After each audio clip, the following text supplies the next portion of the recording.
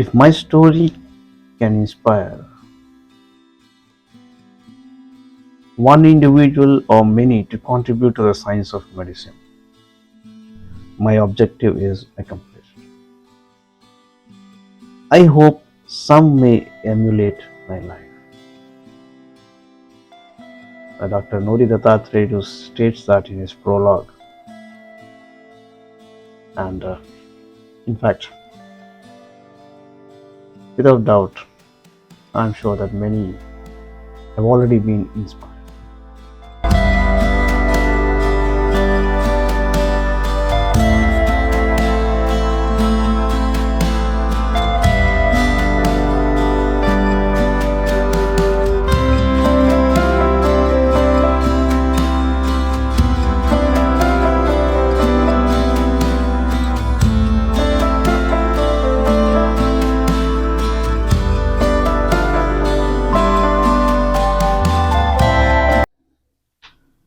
I could not recollect whether my father had admitted me to any school, but for certain, I remember that before leaving for his school, my father used to teach me some poetry and shlokas,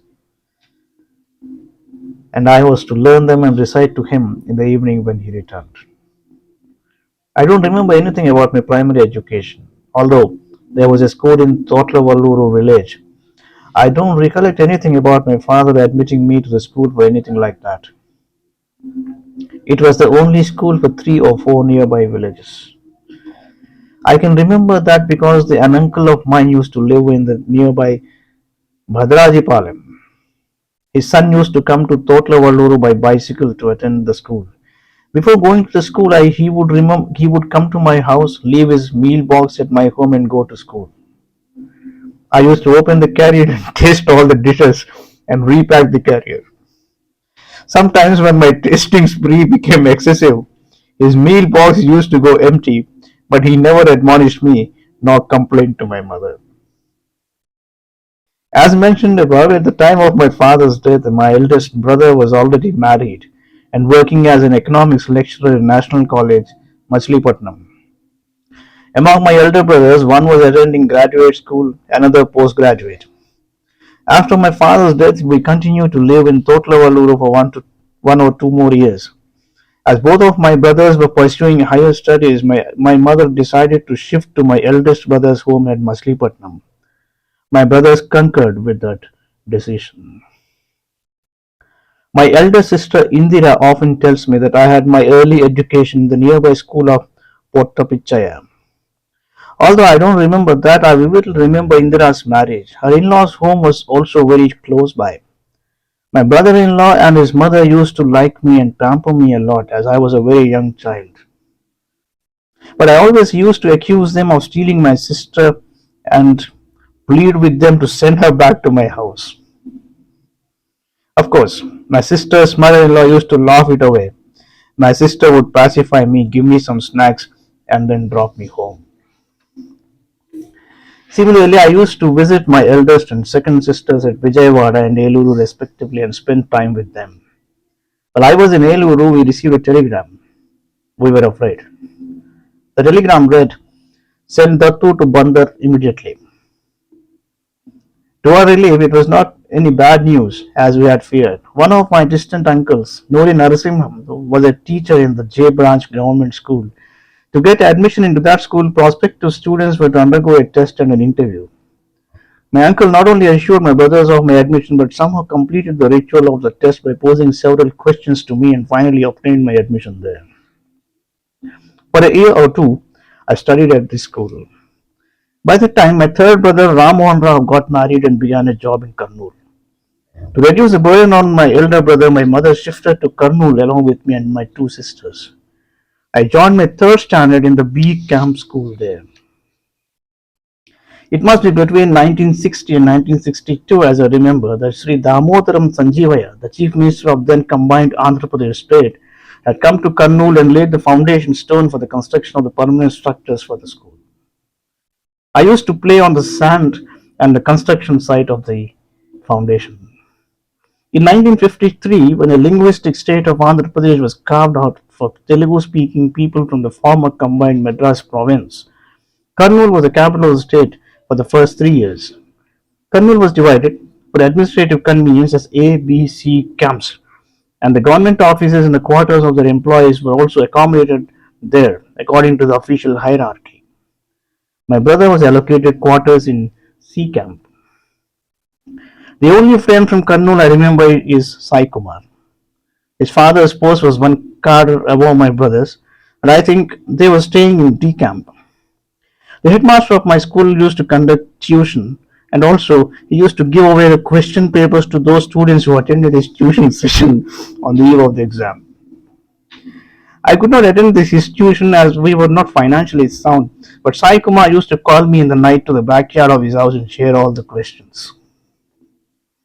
The darkness of the night, the anxiety to know the questions, making a trip to his place without others knowing it, writing down the maximum number of questions on my palm in an instant, all used to create a weird feeling in me at that young age. After my completing my third, fourth, and fifth standards at Kurnool, my second brother, Mrityunjay Rao, took us to his place at Guntur, another big town near Vijayawada. I studied for 2 years in Majeti Guravaya High School.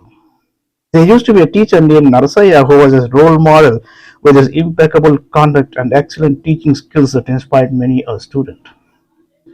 In the meanwhile, my eldest brother Radha Krishnamurthy was selected for the Indian Police Service (IPS). Hence, he resigned his post at the National College, Machilipatnam. But in a strange coincidence, my fourth brother Madhura Babu joined that vacancy the next day.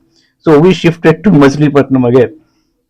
For a long time, the students of the National College used to remark with amazement over an anecdote about the students of the economics section who had burst into laughter when my fourth brother told them, I will continue the lesson from where my elder brother has left off.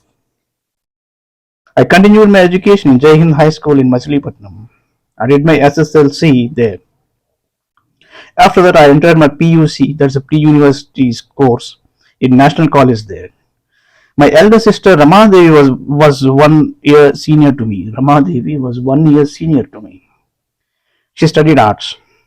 College authorities used to collect both of our college fees in advance from my lecturer brother Madhur Babu's monthly salary, which was almost the entire sum. What times were they? Even today, those pathetic days somehow ring fear in me.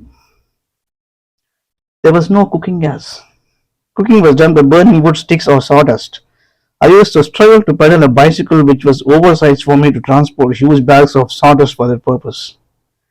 I also used to bring coal bags for the oven of coal embers. I was the errand boy to fetch whatever things were needed for the house from the corner store or a shop. The grocery store manager used to shout at me for asking for additional credit without paying the earlier charges due. I used to patiently endure this scolding and convince him to get what I wanted, then drag myself home with the bags. Not one or two, but many such incidents from the past make me feel heavy at heart even today.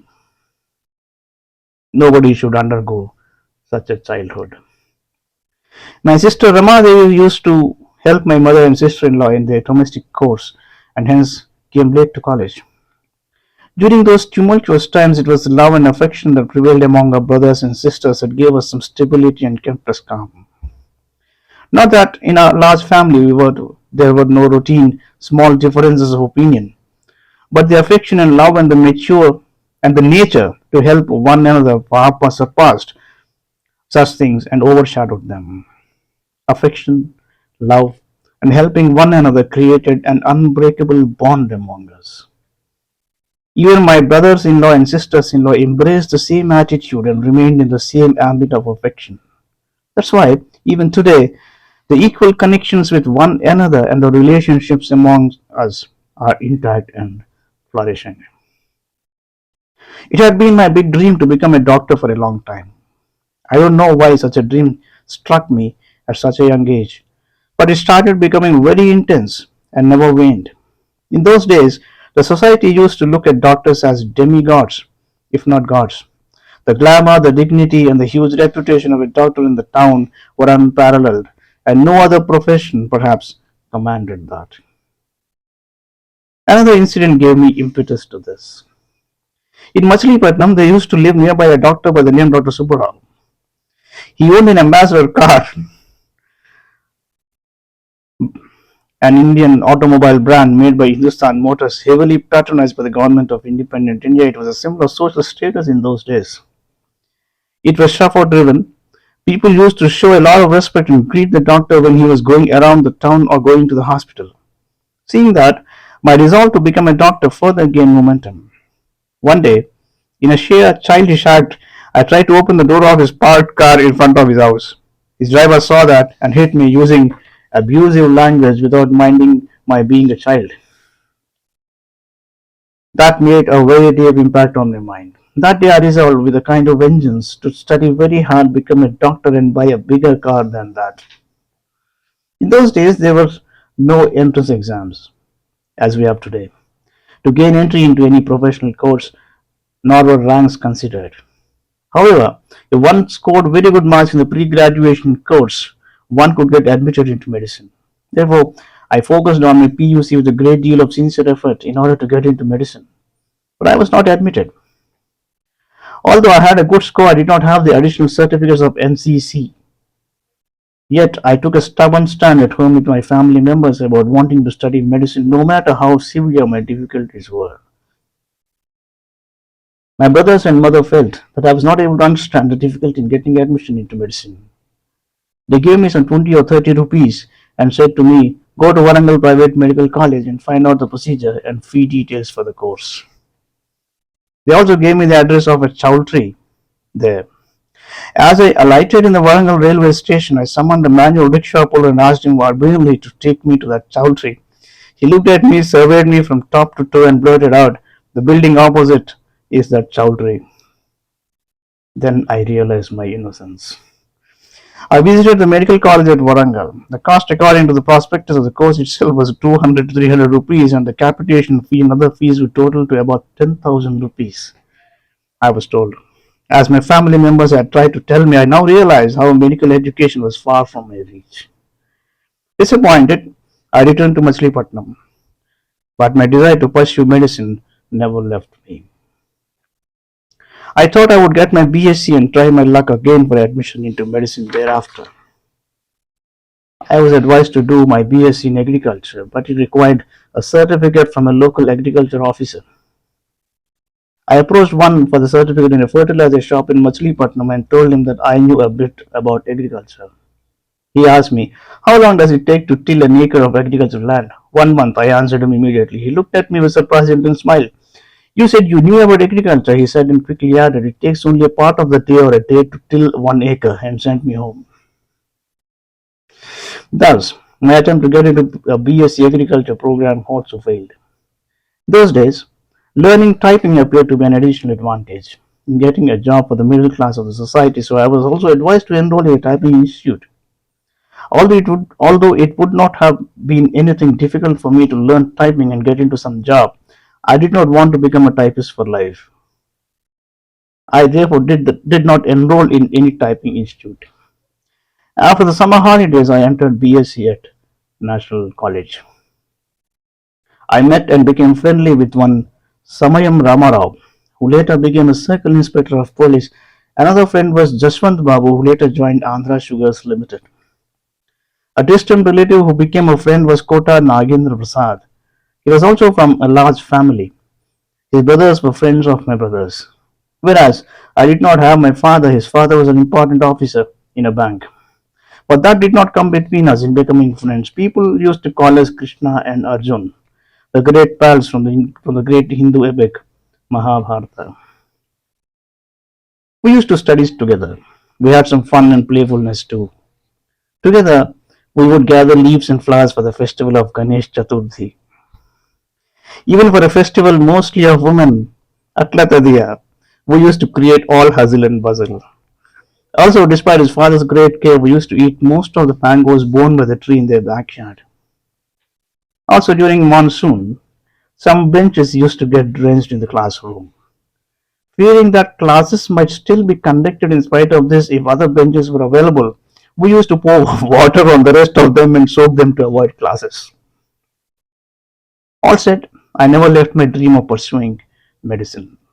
Hence, after completing my BSc, I did apply for admission into medicine. Andhra University at Vizag was to take a final call sifting through all applicants. My brother, who was the superintendent of police in charge of Vizianagaram district, took pains to personally visit Vizag and found out that I had gotten a seat at Kurnool Medical College. Dream comes true. In June 1965, I joined medicine in Kurnool Medical College. I was happy that my long time dream was coming true. But there was an initial hiccup in the process. As I mentioned, another 20 to 30 BSc graduates were admitted to the same college. Of course, all of us got 1.5 years of exemption. Also, if we were to pass one more exam in physics, almost 2 years of the course would be over. The professor concerned told us that we should stay there at Kannur for the year without taking any classes while we waited to take the exam. We would not be allowed to enter the second year in the medical college until then.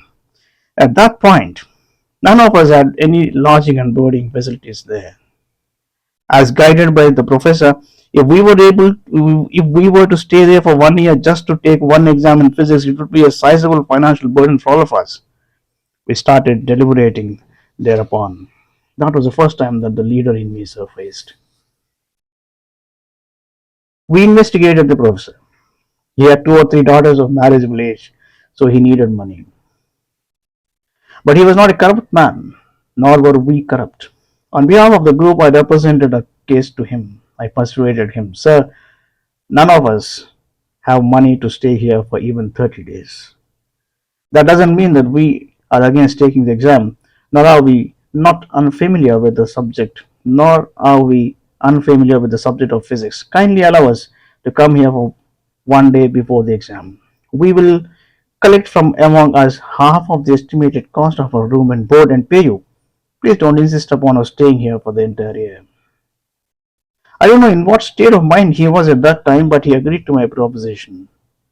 All of us returned home and attended the exam as planned and scored good marks too. As promised, we also paid him. He was happy, so were we. Unlike most people think, I realized that without overstepping, we can obtain what we want. It was a win-win for both. That incident has further strengthened my conviction that to solve any problem, there is no need for any friction, but instead, a constructive dialogue can suffice. In the application for the entrance into medical school, I had given my mother's address. Since she didn't have any income, accordingly, my fee was also relatively less. But the truth remained that even that amount was a huge burden to us. My aunt Jonalagadda Sundaramma paid my tuition fees.